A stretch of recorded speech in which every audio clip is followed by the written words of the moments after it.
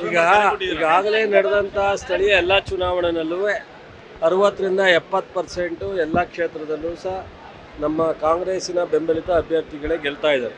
ಅದು P L D bank ಇರ್ಬೋದು, ಸೊಸೈಟಿಗಳಿರ್ಬೋದು ಎಲ್ಲ.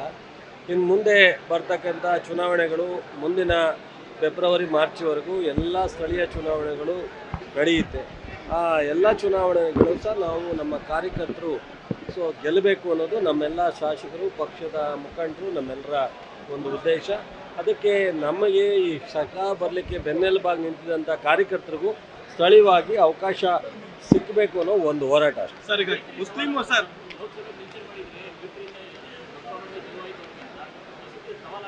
ನಾನು ಯಾರಿಗೂ ಸವಾಲು ಮಾಡಲ್ಲ. ನಮ್ಮ ಕಾರ್ಯಕರ್ತರಿಗೆ ಶಕ್ತಿ ತುಂಬ ಕೆಲಸ ಮಾಡ್ತೀವಿ. ನಾವೇನು ದೊಡ್ಡ ನಾಯಕರ ತೊಡೆತಟ್ಟಕ್ಕೆ ಇಲ್ಲ.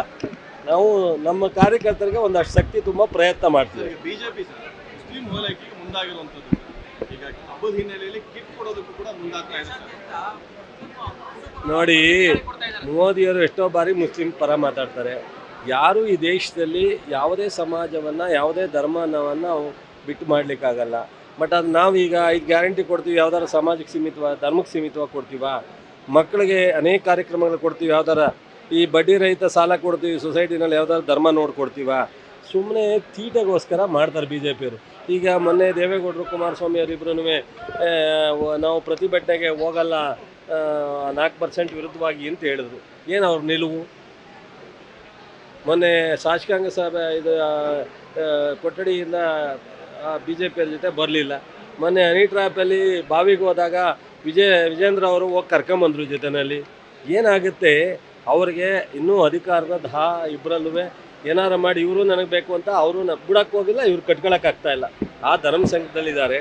ನಾವು ಜನಪರವಾಗಿ ಕೆಲಸ ಮಾಡ್ತಾ ಇದೀವಿ. ಅವ್ರಿಗೆ ಟೀಕೆ ಮಾಡೋದಕ್ಕೆ ಯಾವುದೂ ವಿಚಾರ ಇಲ್ಲದೆ ಇರೋದ್ರಿಂದ ಈ ಥರದ್ದು ಮಾತಾಡ್ತಾರೆ. ಮುಸ್ಲಿಂ ಮೀಸಲಾತಿ ವಿಚಾರವಾಗಿ ಬಿಜೆಪಿಯವರು ಆಕ್ಷೇಪವನ್ನು ವ್ಯಕ್ತಪಡಿಸ್ತಿದ್ದಾರೆ. ಮತ್ತೊಂದು ಕಡೆ ಮುಸ್ಲಿಮರಿಗೆ ಕಿಟ್ಟನ್ನು ಕೊಡ್ತಾರೆ. ಈ ಸ್ಟ್ಯಾಂಡ್ ಬಗ್ಗೆ ಅದನ್ನೇ ಅವ್ರು ಹೇಳಿದ್ದು.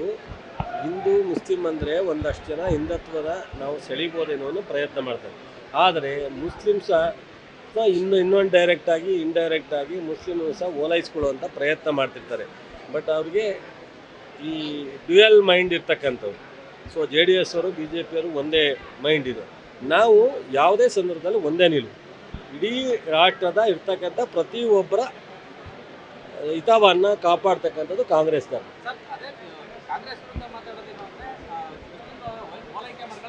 ನಾವು ಯಾವುದನ್ನು ಓಲೈಕೆ ಮಾಡೋ ಅವಕಾಶ ಇಲ್ಲ. ಈಗ SC STಗೆ ನಾವು 18% ಹಣವನ್ನು 40,000 ಕೋಟಿಗಿಂತ ಹೆಚ್ಚು ಕೊಡ್ತಾ ಇದ್ದೀವಿ. ಯಾವುದು ರಾಷ್ಟ್ರ ಮಟ್ಟದಲ್ಲಿ ಕೊಡ್ತಾ ಇಲ್ಲ, ಯಾವ ರಾಜ್ಯ ನಾವು ಓಲೈಕೆ ಮಾಡೋಕ್ಕೆ ಕೊಡ್ತೀವ? ಅವ್ರಿಗೆ ಸಿಕ್ಕಬೇಕಾದ ಹಕ್ಕನ್ನು ಕೊಟ್ಟಿದ್ದೀವಿ. ಈಗ ರೈತರಿಗೆ ನಾವು ಬಿತ್ತನೆ ಕೊಡ್ತೀವಿ, ಗೊಬ್ಬರ ಕೊಡ್ತೀವಿ, 5 ಲಕ್ಷ ಬಡ್ಡಿ ಇಲ್ಲದೆ ಇರೋ ಸಾಲ ಕೊಡ್ತೀವಿ, ಸಬ್ಸಿಡಿ ಕೊಡ್ತೀವಿ, ರೈತರು ಹೋಲಿಕೆ ಮಾಡ್ಕೊಂಡು ಕೊಡ್ತೀವಿ. ನಮ್ಮ ಕರ್ತವ್ಯ ಅವ್ರಿಗೆ ನಾವು ಬೆಂಬಲಕ್ಕೆ ನಿಲ್ಲಬೇಕಾಗುತ್ತೆ. ಅದಕ್ಕೋಸ್ಕರ ಕೊಡ್ತೀವಿ. ಅವ್ರು ಹಂಗೆ ಅನ್ಕೊಂಡ್ರೆ ಏನು ಮಾಡೋಕ್ಕಾಗತ್ತೆ? ಈಗ ಇಲ್ಲಿವರೆಗೆ ಆದಂಥ ಮೀಸಲಾತಿನ ಯಾರಂತೆ? ಈ ರಾಷ್ಟ್ರದ ಬಂದಂಥ ಎಲ್ಲ ಸರ್ಕಾರಗಳು ಮೀಸಲಾತಿಯನ್ನು ಕಾನ್ಸ್ಟಿಟ್ಯೂಷನ್ ಪ್ರಕಾರ ನಾವು ಮಾಡಲೇಬೇಕಾಗುತ್ತೆ. ಅದನ್ನು ಮಾಡ್ಕೊಂಬಂದಿದ್ದೀವಿ. ಸುಮ್ಮನೆ ಏನೇನೋ ಒಂದು ಮಾತಾಡ್ತಾರೆ. ಅವ್ರಿಗೆ ವಿಚಾರ ಇಲ್ಲ, ಏನೋ ಒಂದು ಮಾತಾಡ್ತಾರೆ, ಬಿಡಿ.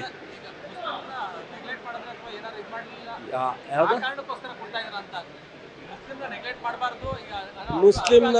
ಮುಸ್ಲಿಮ್ಸ್ ಆಗಲಿ ರೈತರನ್ನಾಗಲಿ ಯಾರನ್ನು ನೆಗ್ಲೆಕ್ಟ್ ಮಾಡೋ ಪ್ರಶ್ನೆ ಇಲ್ಲ. ಕಾಂಗ್ರೆಸ್ಸು ಎಲ್ಲರೂ ಒಟ್ಟಿಗೆ ತಗೊಳ್ಳೋದು.